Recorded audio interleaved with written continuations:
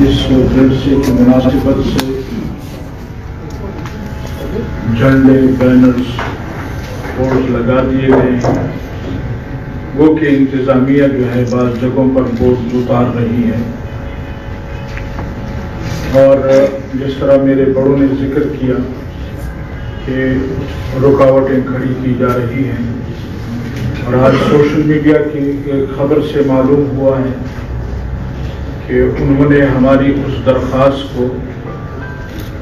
مسترد کیا ہے۔ ہم انتظامیہ سے بھی یہ کہنا چاہتے ہیں کہ ہم تو قانون کے مطابق 5 تاریخ کو جلسے کی اجازت کے لیے درخواست دے چکے تھے، لیکن اگر آپ نے اس کو مسترد کیا ہے تو پھر ایسے صحیح ہم آپ کے اس آرڈر کو جوتے کی نوک پر رکھتے ہیں، اور انشاءاللہ تعالی 22 تاریخ کو جلسہ ہوگا۔ پھر ہماری معلومات میں یہ بھی آیا ہے کہ مختلف ضلعوں میں کوشش کی جا رہی ہے، وہاں سے ٹرانسپورٹر حضرات کو کہا گیا ہے کہ ان کو گاڑیاں بند کریں۔ یہ کوششیں ہمارے اپنا جمعیت علماء اسلام کے جلسے کے موقع پر جب ختم نبوت کانفرنس کی تھی، ہم نے اس طرح کی رکاوٹیں ڈالنے کی اس وقت بھی کوشش کی۔ اس وقت بھی جمعیت علماء اسلام نے اپنے کارکنوں کو کہا تھا کہ جہاں کہیں کوئی رکاوٹ ڈالے وہیں پر وہ روڈ بند کر دیں۔ ہم تو جمہوری طریقے سے اپنا احتجاج ریکارڈ کرا رہے ہیں، اور اب تک پی ڈی ایم کے زیر اہتمام جتنے بھی جلسے ہوئے ہیں، کسی ایک جلسے میں بھی کوئی بدمزگی، کوئی قانون کی خلاف ورزی نہیں ہوئی ہے، اور میرے خیال میں ہمارے حکمرانوں کو اپنا وہ دور بھول گیا ہے جس میں وہ یوٹیلیٹی بل جلایا کرتے تھے، وہ پارلیمنٹ پر چڑھائی کرنے کی کوشش کی، پی ٹی وی پر چڑھائی کی، پولیس فورس کو زد و کوب کیا گیا۔ ہم ایسا کوئی قدم نہیں اٹھائیں گے، لیکن یہ واضح کر دینا چاہتے ہیں کہ ان ہتھ کنڈوں سے ہمارا جلسہ نہ ملتوی ہوگا۔ انشاءاللہ بر وقت ہم شروع کریں گے، اور ہم کارکنوں کو بھی علن اعلان کہنا چاہتے ہیں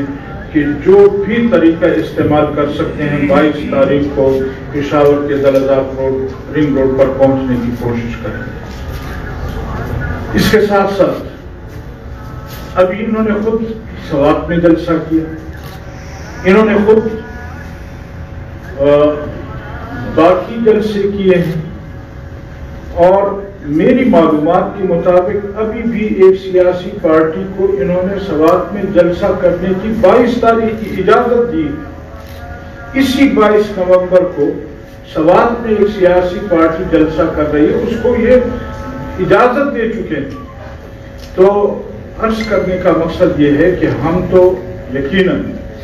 سمجھتے ہیں اس بات کو کہ کورونا ہے، لیکن اس وقت ہم یہ بھی سمجھتے ہیں کہ اس ملک کے لیے سب سے بڑی کورونا خود عمران خان ہے، اور جب تک اس کورونا سے ہم ملک اور قوم کی جان نہیں چھڑائیں گے، میرے خیال میں یہ دوسری کورونا عوام کو اتنا نقصان نہیں پہنچا رہی جو اس وقت حکمران کورونا بنے ہوئے ہیں اس قوم اور ملت کے لیے، یہ اس سے بڑی رکاوٹ ہے۔ لہذا اس کورونا کو ختم کرنے کے لیے 22 نومبر کو جو جلسہ ہوگا، یہ ان کے خلاف وہ ویکسین ہے کہ جو شاید اس کے بعد پھر یہ کورونا زندہ نہیں رہے گا، اور ہم اس کو ہر صورت میں گھر بھیجیں گے۔ میں یہ بھی گزارش کرتا چلوں کہ یہ پی ڈی ایم کا جو اعلان کردہ شیڈول تھا، اس کا یہ آخری جلسہ ہے، اور اس کے بعد انہوں نے ملتان اور پھر دسمبر میں لاہور کا جلسے کا اعلان کیا ہوا ہے، لیکن میرے خیال میں کہ پشاور کا جو جلسہ ہے یہ حکمرانوں کی بھی ہوش اڑائے گا،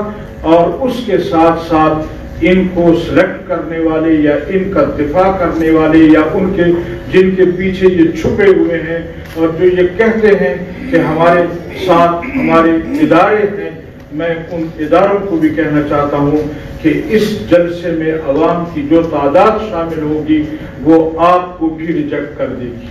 لہٰذا اس طرح کے دھمکیاں یا اس طرح کے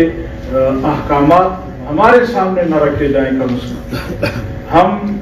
حقیقت یہ ہے کہ اس وقت اس حکومت کے خلاف، ان حکمرانوں کے خلاف میدان میں اتر چکے ہیں، اور اگر ان کو یہ کھیل کھیلنے کا شوق ہے تو ہم تو اس کھیل کے لیے بہت پہلے سے تیار ہیں.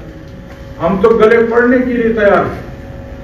ہمیں ان چیزوں سے روکنے کی کوشش نہ کی جائے، اور اگر ایسا ہے تو پھر ہم ہر گلی اور ہر کوچے میں ان کے ساتھ دو ہاتھ کرنے کو تیار ہوں. باقی آگے ان کو فیصلہ کرنا ہے کہ انہوں نے کس حد تک جانا ہے. ہم اس آخری حد کو بھی پار کرنے کے لیے تیار ہیں. لہذا ہوش کے ناخن لیں، عوام کو مشکل میں نہ ڈالیں، اور ہم یہ سمجھتے ہیں کہ اس وقت پوری قوم میں کوئی ایسا شعبہ، کوئی ایسا انسان نہیں ہے کہ جو اس حکومت سے نالاں نہ ہو، ان حکمرانوں سے نالاں نہ ہو.